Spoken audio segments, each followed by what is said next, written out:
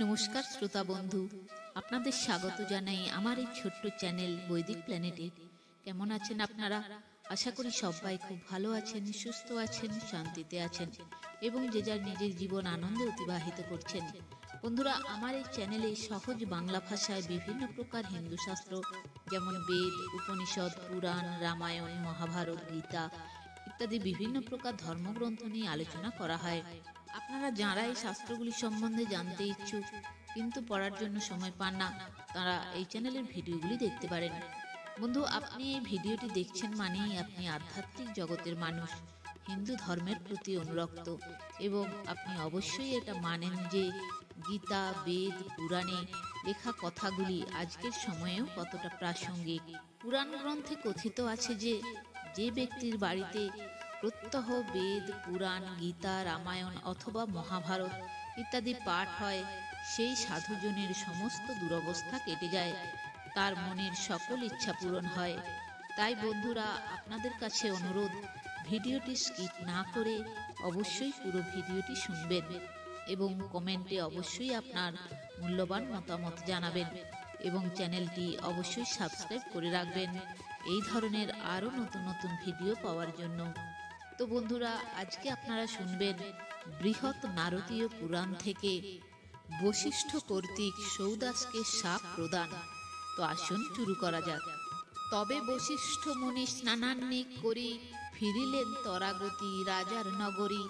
শ্রীগুরু হেরিয়া রাজা আনন্দিত মন, আসন দানিয়া বলে করহ ভোজন। ভোজন কারণে মুনি বসিলে আসনে, পক্ষ মাংস আনে রাজা পুলকিত মনে। হিরণ্য পাত্রেতে মাংস অপূর্ব রন্ধন, তাহা হেরি বশিষ্ঠ বিস্ময়ে মগন। মাংস হেরি মুনিবর করে অনুমান, মানুষের মাংস বলি হইতেছে জ্ঞান। এত ভাবি মুনিবর ধ্যানেতে বসিল, ধ্যান যোগে হৃদি মাঝে সকলই জানিল। তাই মনে মনে মুনি ভাবেন অন্তরে, নরপতি অবহেলা করিল আমারে। সামান্য ভাবিয়া মোরে করে অপমান, অহংকারে মত্ত বুঝি রাজা মতিমান। এত ভাবি ক্রুদ্ধ হয়ে বশিষ্ঠ তখন, ডাকিয়া কহেন তবে শুনো হে রাজন। রাজবংশে লয়ে জন্ম হলে নরাধম, তব অপরূপ কর্ম করিনু দর্শন। কুখাদ্য মনুষ্য মাংস রচিয়া আমারে, ভোজন করিতে দাও কেমন বিচারে। বিবেচনা কিছু তব নাহি কো রাজন, সে কারণে অভিশাপ করিব অর্পণ।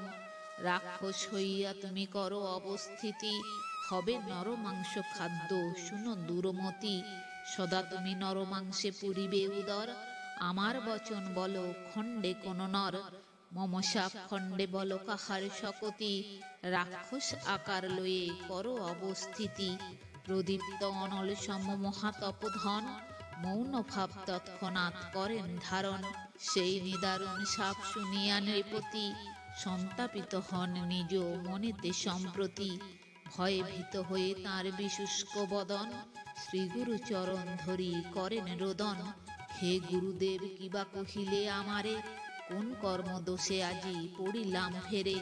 কি দোষ করিনু প্রভু চরণে তোমার, কঠোর আদেশ তুমি করিলে আমার।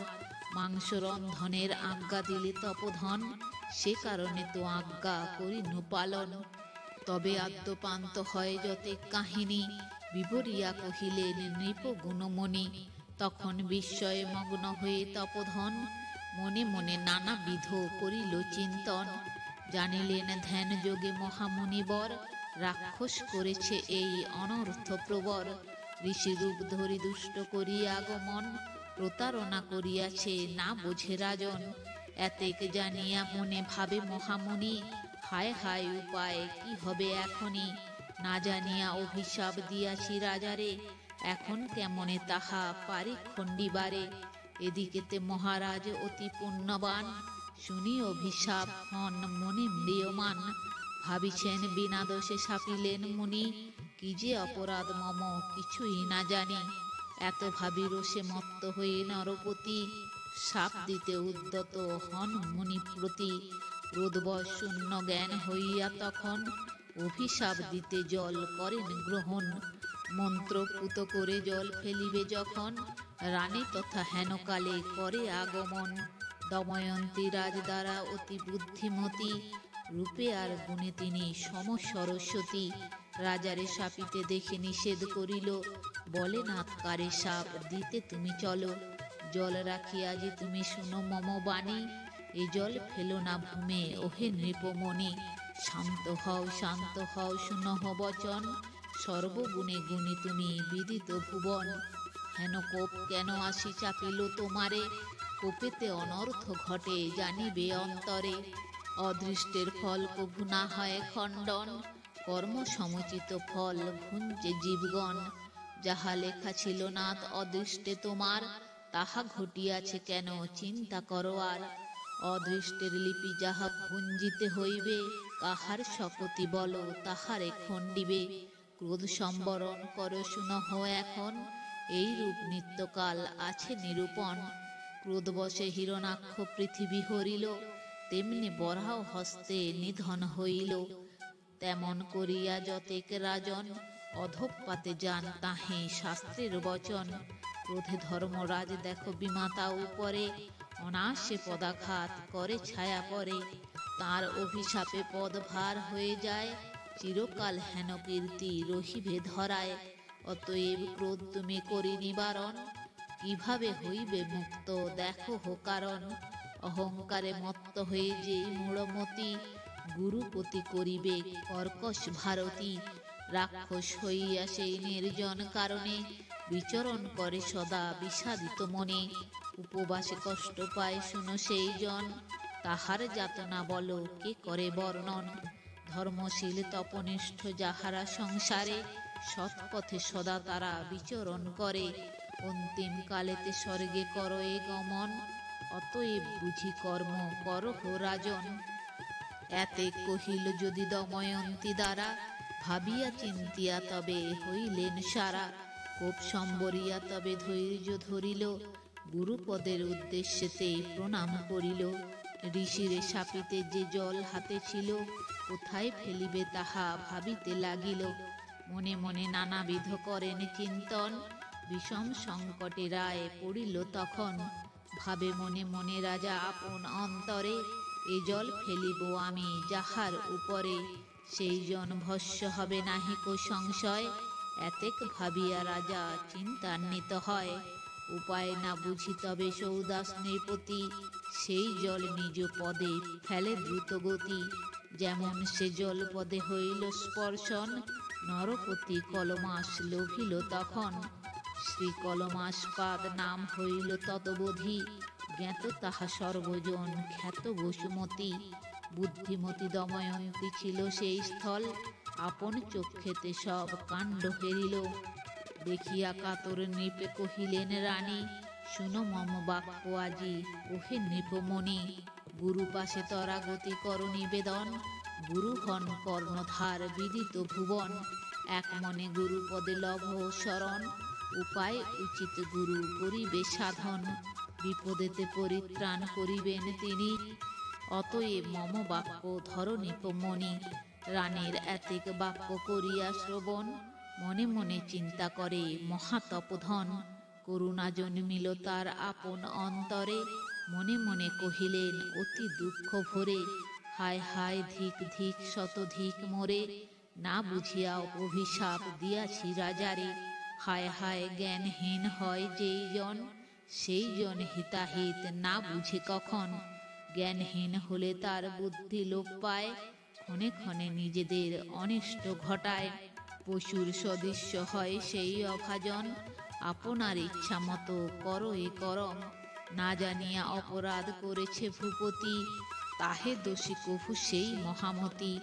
বিজ্ঞবান ঋষি আমি হইয়া ভুবনে, কিবা কাজ করিলাম না বুঝি আপনে। হিতাহিত জ্ঞান নাহি ধরায় যাহার, সেজন করিয়া থাকে গর্হিত আচার। কর্মফলে পুনঃ সেই লভে পরিত্রাণ, সেই বিধিবদ্ধ আছে শাস্ত্রের বিধান। জ্ঞানবান কিন্তু যারা এ ভব সংসারে, অন্যায় করম তারা যদি কভু করে। পরিত্রাণ তাহাদের কভু নাহি হয়, বেদের বচন ইহা জানিবে নিশ্চয়। হেনমতে চিন্তা করি মহাতপধন, রাজারে সম্বোধি কহে মধুর বচন। শুনো শুনো মম বাক্য সৌদাস ভূপতি, তোমার এই শাপ আমি দিনু মহামতি, তাহা এবে কিছুতেই না হবে খণ্ডন, বিফল চিন্তার কোনো নাহি প্রয়োজন। 12 বৎসর তুমি রাক্ষস আকারে, করহ বসতি গিয়া অরণ্য মাঝারে, মুক্তি লাভ হবে তব জানিবে নিশ্চয়, পাইবে অপূর্ব দেহ শুনো মহাশয়, রাজত্ব করিবে পুনঃ আমার বচনে, অবশ্যই মুক্তি পাবে গঙ্গা পরশনে, তব দেহে গঙ্গা জল করিলে স্পর্শন, জ্ঞানের সঞ্চার হবে জানিবে তখন, মুক্ত তুমি সেই কালে সর্ব পাপে হবে, তব মতি হরিপাদ পদ্ম পরে রবে, একান্ত অন্তরে হরি সেবন করিবে, শুনো নররায় তব মঙ্গল হইবে, সত্য যাহা কহিলাম তোমার গোচরে, যাও নৃপ এবে তুমি আপনার পুরে, আজি নিশি মধ্যরাতে থাকিয়া পুরীতে, মধ্যরাত্র অন্ত তুমি যাও কাননেতে, শুভ সময়ে দিন নির্দিষ্ট করিয়া, অবশ্য থাকিবে সুখে রাক্ষস হইয়া, ব্রহ্ম রাক্ষস রূপে করো অবস্থান, যতেক ব্রাহ্মণ ধরি অবহেলে খান, তাহাতেই মহাপাপ পূর্ণ হইবে, ব্রহ্মদৈত্য সহ বন্ধুত্ব ঘটিবে, গঙ্গাবাড়ি কথা সেই করাবে স্মরণ, তাহাতেই অর্ধমুক্তি জানিবে কারণ।